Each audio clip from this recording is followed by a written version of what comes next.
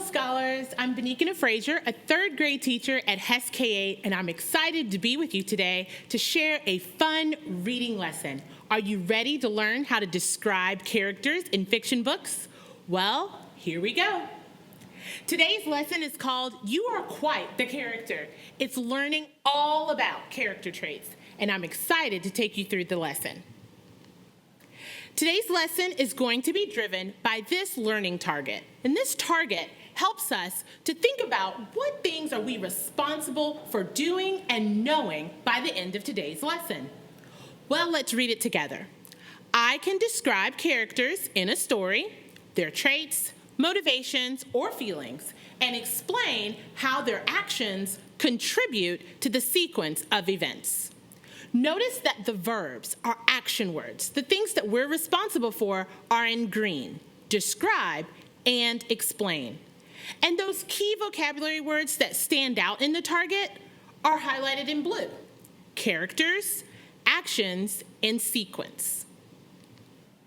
There are a few materials that you will need today, and I'm sure you can find them lying around the house. First, you're going to need a focused mind. I want you to really tune in and focus in on what we're doing today. Also, you're going to need a sheet of paper, lined or unlined is fine, a pencil or a pen, and finally, a bright smile. So let's talk about good readers and what good readers do. So when we're learning about being a good reader, this helps us to comprehend. And comprehension means I understand what I read. So if I want to further comprehend, I need to be able to analyze clues and do the things that we're doing today so that I can better understand what's going on in a story. So good readers analyze clues provided by the author in order to infer character traits. Now, first of all, character traits. What does that mean? Well, in order to know that, I need to figure out what is a character. Well, a character is a person or an animal in a story. Can you recall the name of any characters from a story that you've recently read? Well, check out these cool characters. I bet you know their names. I spot Cat in the Hat and Amelia Bedelia. I even see Arthur and Clifford, even the Bernstein Bears. Characters drive our stories. They are the people or the animals that are doing the action in each of our stories. And as good readers, we look at the two types of character traits. And traits are adjectives that describe a character. And there's two types that awesome readers think about. First, you have to think about the external traits. These are the things on the outside of the character, things that we can see that's going on with the character. And the second type of trait that we want to think about are internal traits. These are the things going on the inside. We can't see them, but we can figure them out by analyzing things that the character says and does throughout the story. And both external and internal traits help us to describe characters. So first, let's talk about external character traits. These are physical traits, okay? I want you to take a look at yourself. You can describe yourself right now based off of the color of your hair, maybe the color of your shirt, whether or not you wear glasses, all of those things. Those are physical traits that we can see. What you can observe and see on the outside is a quick way to remember what are external traits. Let's check out my character here. I notice that she has blonde hair, black eyes, a green flower shirt, and short hair. Those are her external character traits. That's a way that I can describe her as a character. Well, now it's time for my favorite part of the lesson. Try it and apply it. Do you have your sheet of paper and your pen or pencil? Because now Ms. Frazier's going to show you how you can create your very own graphic organizer to help you to describe the physical traits of a character. It's your turn. Take a look at this character. Look at the character, and I want you on your paper to either you could draw her if you want, or maybe you could just put a circle and put her name and name her, or put main character there. And I'm going to show you my paper right now. Notice I have my label, my title here, describing characters.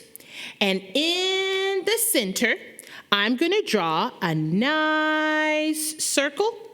And let's say I was reading this book and I see that this young lady's name is Sally. So I'm going to put her name as Sally. And it could be any character's name. And if you don't want to put that there, you don't have to. If you want to draw the character, you certainly can. This is your way of describing the character. And all around, I'm going to be creating bubbles or thought bubbles to describe Sally. So let's go back to Sally and let's take a look at her.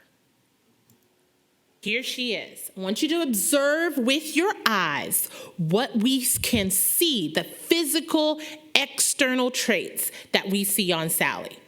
Well, first I see she has brown hair. She has brown hair. What else can we see? Well, she's got red bows. She has a striped shirt. She has red shoes. She's wearing a nice brown dress. So we can go to our paper here, and I can say brown hair. And I like to write my things in my bubble and then draw my bubble and then draw my line. Sometimes scholars like to draw the bubble first, but you might make it too small and then you can't get all of your thoughts down in there. So you want to make sure you get your thoughts down first and then you can make it all graphic organizer-like. What else do we recall? Let's see. I remember she had red shoes. That's another idea that I can describe and put on my bubble map. Let's see here. I remember that she had a brown dress.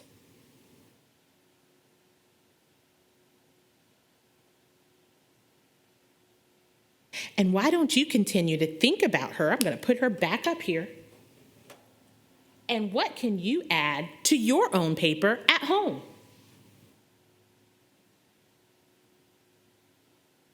Now let's take a look at the internal character traits.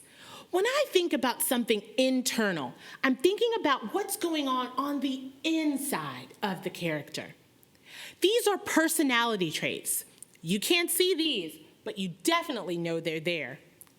Readers, just like you, need to look on the inside by analyzing the characters. Think about the characters' thoughts. Think about their dialogue or what they're saying. Think about their feelings, emotions that they give off. And also, most importantly, think about their actions. What are they doing that can help you to further describe who they are as a character? So let's take a look at some examples. Let's think about the thoughts of a character. Here's my character.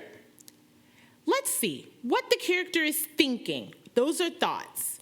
So let's see what this character is thinking. Sarah looks like she is sitting all by herself at the lunch table again. I think I'm going to go sit next to her and ask her how her weekend was. Well, what character trait is this character showing? Well, this character's being caring, and I know this because he's thinking about going and helping a friend who looks like they need someone to be with them. They might be all alone and lonely. So there's a caring character trait. Let's try another one. This time, we're going to look at dialogue, and dialogue is what the character says. "You can do it, Patrick," yelled Mia from the sideline. Well, how can we describe this character based off her dialogue, based off of what she says? Well, this character is encouraging. She is supporting Patrick and giving him encouragement to help him to get to the finish line. Internal character traits are also determined by the action, what the character does. Let's take a look. We are looking for verbs here. Notice I have that highlighted. We're looking for verbs. Amanda snatched the doll out of Molly's hand and threw it on the ground. Oh, that verb snatched really tells me, have you ever had something snatched from you? When someone snatches something from you, they really mean business. They are a little upset, or maybe even a lot upset. This person's being mean. That's the character trait that's being shown here. We also can consider a character's feelings. We look for character expressions. I got my project topic, and with a big smile on my face, I got right to work. Well, based off of all those smiles and the fact that the student enthusiastically got to work, I can say that this student is motivated. This character is motivated by the way that they are showing their feelings. Because when I smile, I'm happy. Here are some specific examples to show you. So, I always tell my students that whenever we're describing, we don't want those mediocre words and adjectives, nice, happy. We want $1 million words. We want expensive words. You want your writing to be expensive. So here are some synonyms, words that have the same or similar meaning for those common words to help us to spice up our writing. So instead of saying nice, you can say helpful or friendly. Instead of saying happy, you can say cheerful, excited, delighted. Instead of saying that the character was scared, we can say that the character was terrified or seemed a bit panicked, even nervous. And instead of saying brave, we can say that the character was courageous or heroic or even fearless. It's now time to what? Try it and apply it. Are you ready? Here we go. Let's take a look at feelings. We're going to read the paragraph together, and we're going to determine an appropriate internal character trait. When Seth saw the pile of empty boxes, a feeling of excitement bubbled up inside him. He couldn't wait to begin building the ideas he was imagining. Maybe a robot or a spaceship. There are so many different possibilities. Well, how can we describe Seth? And see how I have our sentence frame here? This helps me take my thoughts to writing on my paper. Seth is, what do you think? You could say delighted, excited, or even thrilled. Good job. Now let's take a look at a character's actions. Brandon glanced at his math homework and sighed. It would take too long to do these 5-word problems. He quickly scribbled some random numbers on the lines and slammed his book shut. Done. Oh boy, I noticed that he was sighing. He didn't look like he took his time, and he just really rushed through it. So how can we describe Brandon based off of his actions? We can say that Brandon is reckless. We even could say Brandon is complacent. He's really not taking care of himself and doing his best job and putting his best foot forward in his math work. Let's try another one. Now let's take a look at dialogue, what the character says. This is how we are going to split the work, Danielle said sternly. I'll work on the poster while you two work on what we're going to say for the presentation. And make sure it sounds good. Whew, Danielle means business, doesn't she? She said what she said sternly. which means strongly with a lot of feeling. She meant business. How can we describe Danielle? Danielle is determined. We could also say she's strong-willed. We can also even say that she's motivated because, hey, she wants to get that project done and she wants to get it done right. Now let's consider the thoughts of a character and use those thoughts to help us to further describe them. Amy wondered what would happen if she signed her mom's name on her science test. She knew if her mom saw a bad grade, she wouldn't be allowed to go to the party. She thought if she signed it, nobody would know and she wouldn't get in trouble. Uh-oh, Amy's a bold little girl, isn't she? She's considering signing her mom's name so she wouldn't see that bad grade. Let's describe Amy. I would say that Amy is sly. You could even say that Amy is a little sneaky. I hope she has a good friend to help her to change her mind before it's too late. All right, now it's time for you to try it and apply it at home. With any fiction book at home, I want you to identify the main character of the book and using your own paper, create a bubble map to describe that character internally or externally. Or if you're really feeling awesome, you can do both. Most importantly, I want you to have fun as you read and work to describe characters. Let's recap what we did today. Boy, we had fun. Today, we focused on describing characters in a story, and I taught you about the two traits that we look at when we are describing characters. The external traits, those things that we can physically see on the outside, and the internal traits, things like their thoughts, their actions, their dialogue, and things that motivate them to do what they're doing in the story. We use those two types of traits to help us to explain actions and to further describe them as characters. And you can connect these to help you as a reader to understand why the story turns out the way it does. Be mindful of your thoughts and actions and what character traits are attached to you. It's been great and so much fun teaching you all about character traits today. I hope that you learned something new. Keep reading, keep soaring. I'll see you next time.